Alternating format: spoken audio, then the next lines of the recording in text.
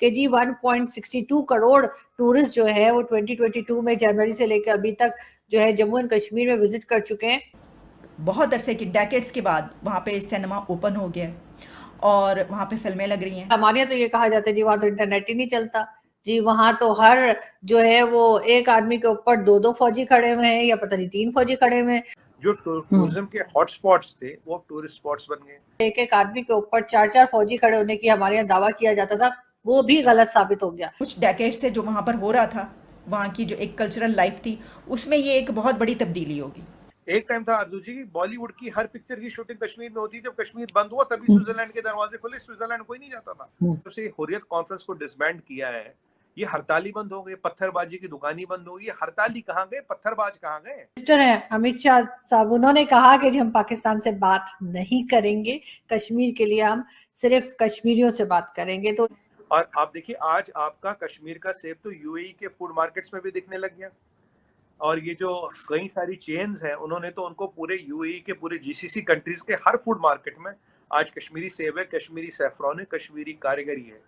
जय हिंद दोस्तों, अपना हिंदुस्तान न्यूज चैनल पर आपका स्वागत है। इस साल जम्मू कश्मीर में रिकॉर्ड तोड़ 1.62 करोड़ से ज्यादा पर्यटकों ने विजिट किया है। इस खबर ने पाकिस्तान के प्रोपेगेंडा को तहस नहस कर दिया है क्योंकि पाकिस्तान हर फोरम पर यही कहता था कि कश्मीर में लॉकडाउन लगा हुआ है और लोगों को इंटरनेट की सर्विस भी नहीं दी जा रही। कश्मीरियों को घरों के अंदर कैद करके रखा गया है। अब क्योंकि पिछले साल से ही सऊदी अरब और यूएई कश्मीर में ताबड़तोड़ इन्वेस्टमेंट कर रहे हैं, पाकिस्तान इससे ही परेशान था। लेकिन इस खबर के आने के बाद पाकिस्तान के पास कश्मीर को लेकर कहने को कुछ नहीं बचा है। उन्होंने इन्वेस्टमेंट अरब मुस्लिम कंट्रीज से वो ला रहे हैं।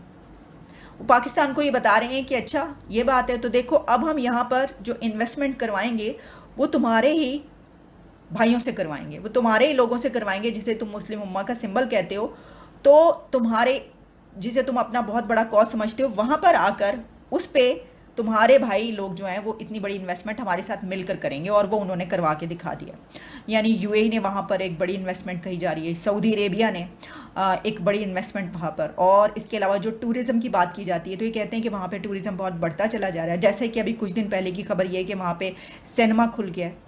और देखें ये जो सिनेमा है ना, ये खबर आप कहें कि अच्छा एक सिनेमा ऊपर, ये छोटी खबर इसलिए नहीं है कि वहाँ के कल्चर जो इससे यानी कुछ डेकेड से जो वहाँ पर हो रहा था, वहाँ की जो एक कल्चरल लाइफ थी, उसमें ये एक बहुत बड़ी तब्दीली होगी। मैंने आपको ये कहा कि इसको इस तरीके से आप देखें कि ये इंडिया की उस कश्मीर पर स्ट्रेटजी है।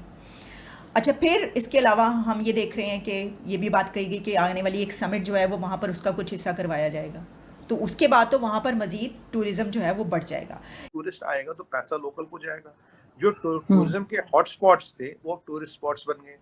कश्मीर को अगर आपको देखना हो तो 1 महीना भी आपके लिए कम है, मैं सच बताऊं, 1 महीना भी कम है, 1 साल में भी देख सकते हो।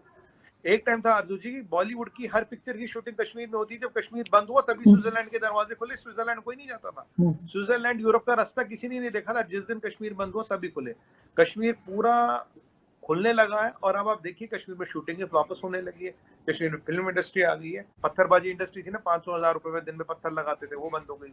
टेररिज्म इंसिडेंट्स कम हुए, टूरिस्ट आने लगा। जितनी आज तक इंडिपेंडेंट इंडिया में टूरिस्ट नहीं आया, उतना टूरिस्ट इस साल गया है। सोचिए, जो 75 साल में जितना टूरिस्ट है उस साल इतना गया, तो पैसा तो आएगा ना, प्रॉस्पेरिटी तो आएगी। हजारों करोड़ के एमओयू हमने साइन कर लिए।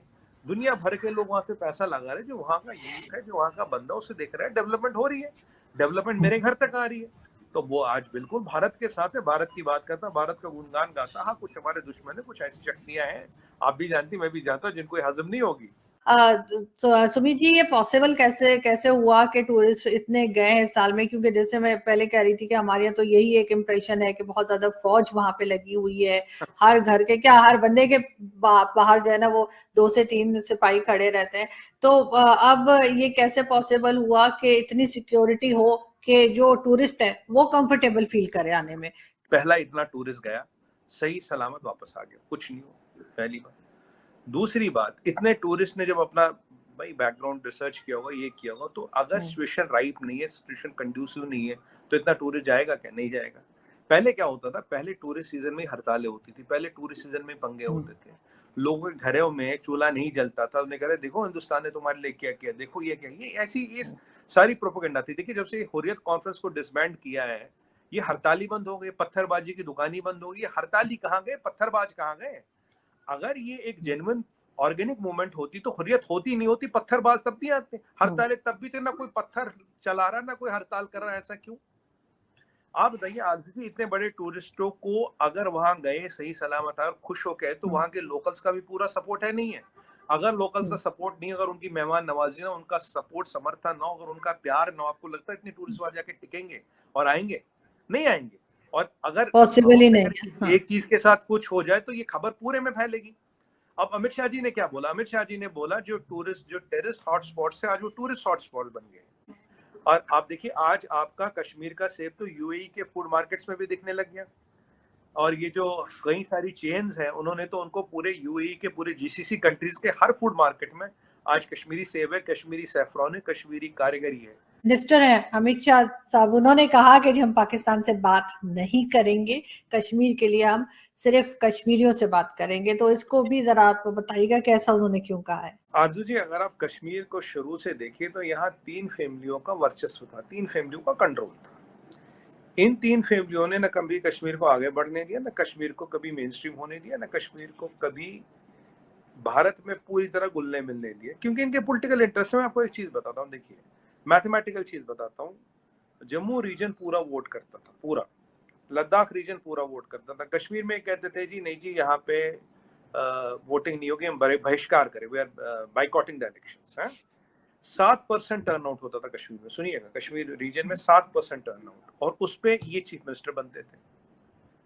पूरा जम्मू वोट करा 100%, पूरा लेह लद्दाख वोट करा 100%। क्यों? यहाँ 7% टर्नआउट होता और उस पर चीफ मिनिस्टर बनते थे। कहानी की कहानी बताता हूँ, जो सबसे इंपॉर्टेंट है। वैली जो है, कश्मीर वैली, इसका एरिया है 15%। इसमें 65% सीटें हैं। 15% एरिया में 65% सीटें। अब तो क्या यूनियन टेरिटरी हो गई, जेएंडके अलग है, लद्दाख अलग है। एरिया वाइज 15% एरिया और सीटें 65%। जम्मू एंड कश्मीर में देखें, पॉपुलेशन का डिवीजन इक्वल है, राइट? आगे पीछे थोड़ा बहुत है, ऑलमोस्ट इक्वल डिवीजन। ये जो खेल इन्होंने खेल रखा था, इसीलिए 7% वोटिंग के बाद भी चीफ मिनिस्टर इनका ही बनता था। अब मुझे बताइए, अगर आपको 7% वोटिंग पे, आप 7% तो आपके कार्यकर्ता ही वोट करते थे, आपके रिश्तेदार वोट करते थे। अगर 7% वोटिंग में आपकी सरकार बन रही, आप चाहोगे वहाँ हालत ठीक हो? आप चाहोगे वहाँ डेवलपमेंट हो? आप चाहोगे वहाँ नॉर्मलाइजेशन? आप चाहोगे नहीं।